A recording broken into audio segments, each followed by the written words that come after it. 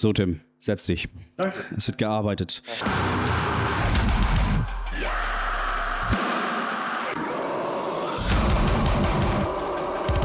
Das ist echt nice. Ja, Tim, fällt dir irgendwas Komisches an dieser Szene auf? Die Zigarettenfunken waren ein bisschen wenig. War ein bisschen wenig. Ja, es ist die Zigarettenfunken, die man gesehen hat, die waren auch nicht mal echt. Denn wir mussten an dem Tag, ja, diese Szene natürlich draußen drehen und es war windig. Hey, Kiel. Und das haben wir, glaube ich, 20, 30 Mal probiert. Und beim 30. Mal hat es dann auch geklappt, dass die Zigarette genau auf die Linse quasi gefallen ist. Da war die Zigarette natürlich auch schon längst ausgeglimmt. Deswegen hier ein bisschen Blendermagie, haben wir dann nochmal die Funken reingemacht. Ja, aber relativ cooler Shot, der ziemlich spontan entstanden ist beispielsweise diese Schleppszene, wo Linda die Leichen zur Seite schleppt. Und da hatten wir die Idee, es wäre doch eigentlich cool, so immersiv die Kamera mitschleppen zu lassen. Was haben wir also gemacht? Ruck! Au, ruck! Au, ruck! Au, ruck! Au. Was machen wir hier? Den ersten Spatenstich. Ah, Spatenstich. Bauen wir was? Bauen wir. Was denn?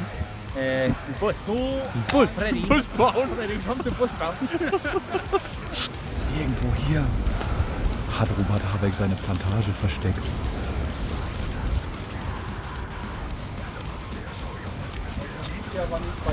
Ich bin der Jackenmann.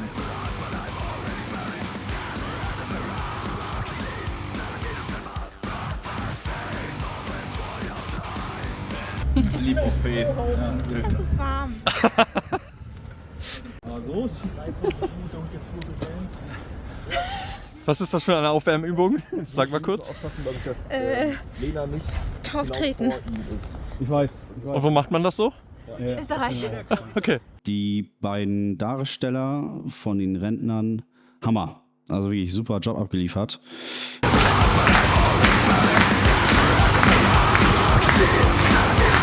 Links, rechts, Jawohl, danke.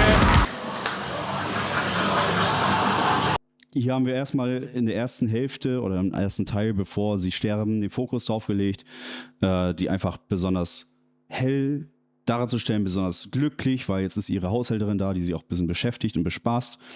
Und vom Style wollten wir es so ein bisschen haben wie, ich sag mal, so eine 80er, 90er Commercial-Folge, wo dann halt alles super hell ausgeleuchtet ist. Es ist alles sehr glücklich ausgeleuchtet. Es gibt kaum Schatten. Dann im Verlauf der Story wird halt alles immer dunkler. Irgendwann ist der Darsteller des alten Herrn dann auch vergiftet, spürt das Gift in sich wirken. Und ab da machen wir sozusagen auch die Lichter ein bisschen düsterer, Spots auf dem Gesicht, dass das alles ein bisschen unheimlicher aussieht. Um eine Immersion des Gefühls der Protagonisten zu haben, haben wir uns dann noch so Aufnahmen überlegt wie eine Storycam. Ja, ist okay. Ich bin zufrieden. Was sagt denn der Monitor, der auf dem Handy guckt, statt auf dem Bildschirm?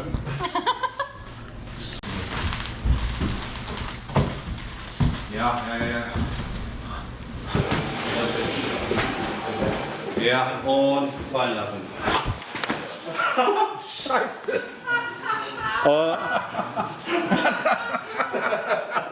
Wir hatten dann, nachdem wir alle Szenen mit den Darstellern gedreht hatten, irgendwie dann die Idee, oder beziehungsweise fiel uns auf, dass wir vergessen haben, die Szene mit dem Gift tatsächlich zu drehen, wo die Hauptdarstellerin eben die anderen beiden Darsteller vergiftet. Und wir hatten dann in einem Topshot, in diesem Topshot hier, gesehen, dass die Darstellerin der Linda eben aufgrund ihrer Ernährungspräferenzen, denn sie ist Veganerin, eben überlegt hat, alles klar, ich schenke den anderen beiden Milch ein, mir selbst aber nicht. Und dann haben wir das von unserem Arbeitsplatz nebenan gesehen und haben gesagt, alles klar, das ist die Szene, wo sie dann tendenziell das Gift präpariert hatte, haben dann eben noch einen Shot nachgezogen, wo sie eben diese Milch präpariert und witzigerweise hätte sie diese Milch auch selbst trinken können, denn es handelte sich um Handemilch Man muss auch dazu sagen, also das waren 3-4 Stunden dazwischen. Wir haben die Szenen gedreht, haben einfach komplett vergessen, verdammt, wir müssen ja noch mit den Darstellern drehen, wie sie das eigentlich vergiftet und eigentlich sollte sie die Kaffeetassen vergiften. Keine Ahnung, ist beim Dreh einfach total untergegangen, dass das noch dran kommen muss. Und dann kam von der Regie da hinten, ja, aber sie hat sich keine Milch aufgenommen, sie kann auch einfach die Milch vergiften. Ich so, oh.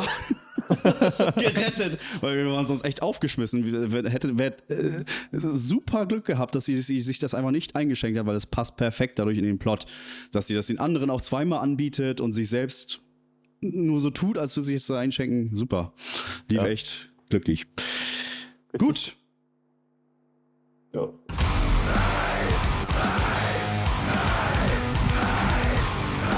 Nur eine kurze Frage, was hältst du da in den Händen? Gartenabfälle. Gartenabfälle, das ist meine Hose und mein Pullover, Digga.